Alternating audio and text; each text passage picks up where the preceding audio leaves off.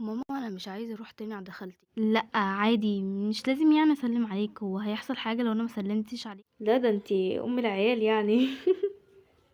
ازاي ازاي كل حصل منك انت يا ادم؟ انا مش عارفه اعمل ايه مع يارا حالتها بقت صعبه قوي يا ماما، لدرجه ان هي مش عايزه تاكل، مش عارفه اعمل لها ايه. والله انا لو منك يا مها اروح له كده هوت عند البيت بتاعه وامسكه وابهدله واعرفه ان بنات الناس مش لعبه. استني بس يا ماما بالراحه شويه. طبعا انتوا عايزين تعرفوا ايه اللي حصل. يارا بقت حالتها صعبه قوي لدرجه ان هي ما بقتش بتاكل ولا حتى بتروح الشركه بتاعتها. بصوا يارا شكلها بقى عامل ازاي، ما بقتش بتاكل ولا حتى بتشرب، حتى ما بتبقاش موافقة ان هي تتكلم مع اي حد، متعملش حاجة غير ان هي بتكون بتعيط بس. طبعا اكيد عايزين تعرفوا ادم ايه اللي حصل له. ادم اللي انتوا شايفينه قدامكم دوت حالته اتغيرت 180 درجة. مراته توفت في حادثة، وطبعا الناس كلها عرفت اللي حصل مع ادم ويارا، وان ادم كان متجوز وما قالش ليارا. الناس كلها خدت فكرة وحشة عنه، وطبعا من ساعتها وعياله ما بقتش معاه.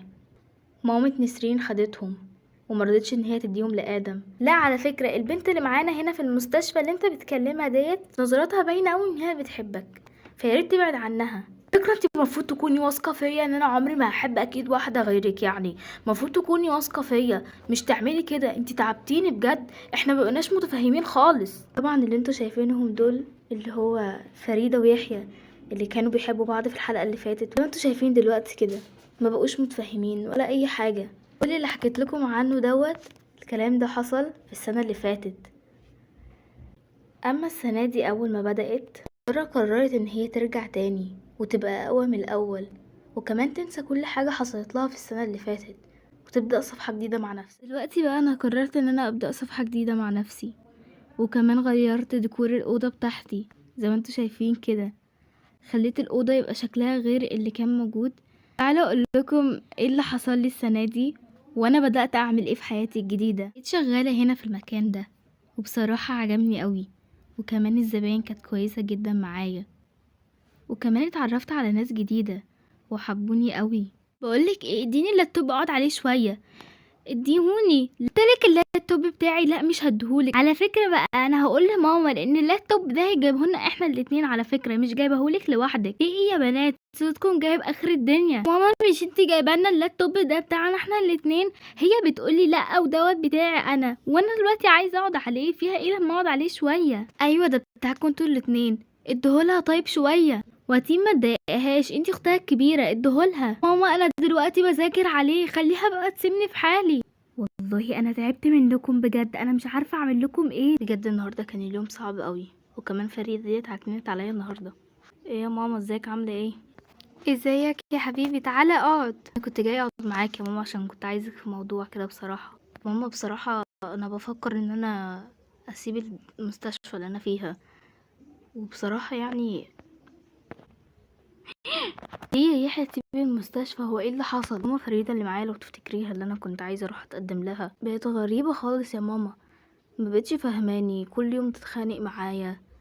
حسيت ان انا مش هينفع اكمل معاها بقيت حياتي. خلاص انت ممكن ان انت تتجاهلها او تقول لها العلاقه دي مش هينفع نكمل فيها وتبعد عنها خالص، اما تسيب المستشفى اللي انت فيها ما ينفعش يا يحيى، انت دكتور. بصراحه يا ماما فكرت في كده وقلت ان انا اتجاهلها، بس حاولت اعمل كده ولقيتها ان هي بتقعد تتكلم معايا وتقول لي معلش ومش عارف ايه، وبترجع تاني تعمل نفس الهبل. ريان عمال يعيط، خلينا اما اروح اشوفه. ريان نايم وساب الولا عمال يعيط. تعالى يا عدي يا حبيبي تعالى. ريان ايه يا ماما فجعتيني؟ فجعتك ايه بس؟ انت سيب الولا بيعيط وانت نايم؟ طب خش حتى نام جوه. انا مش قادر والله يا ماما، عايزه انام خالص. طيب يا حبيبي خش نام جوه. ماشي يا ماما.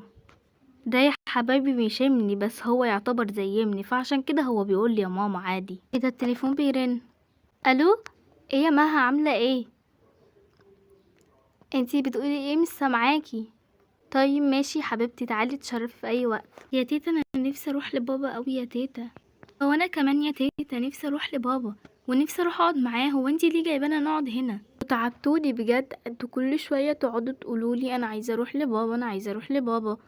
طيب انا جاتلي فكره، انا هجيب بابا هنا ويقعد معاكم هنا. ايه يا تيتا عاملة ايه؟ انا لسه جاية من الشغل. الحمد لله يا حبيبتي. هي ماما فين امال؟ مامتك بتغير فوق عشان خالتك جاية وكده يعني. هلبس ايه بقى؟ مش عارفة الصراحة هلبس ايه. ها، تهيألي يعني الطقم دوت حلو مناسب. انا سامعة صوت الضيوف تحت، خليني اما انزل. عاملة ايه يا مها؟ امال فين جوزك ويارا فين؟ والله عايزة اقولك ان ريان نايم فوق عشان جاي من الشغل تعبان، ويارا هتلاقيها نازلة دلوقتي. انا بتحرج قوي ان انا اروح اسلم وهم كلهم موجودين هناك كده. السلام عليكم. عليكم السلام. ايه يا روحي عاملة ايه؟ الحمد لله والله كويسة يا خالته، لسه جاية من الشغل.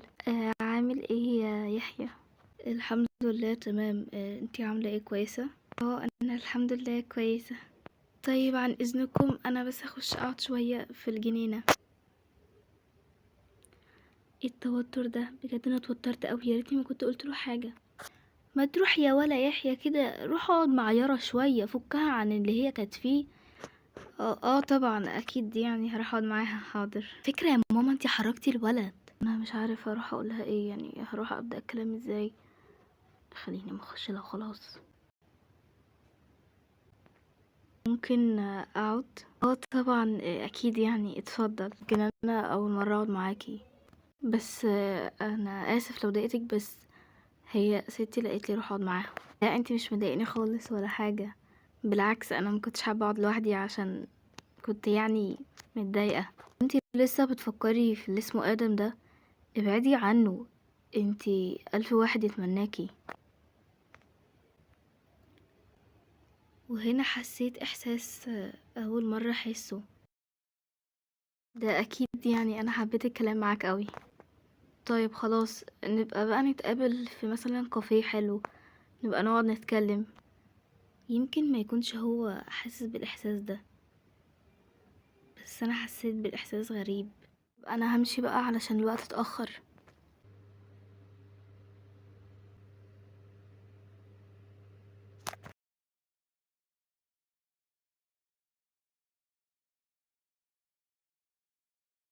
لا بس على فكرة انا مبسوطة قوي ان انا رجعت زي الاول، وكمان ده بمساعدتك.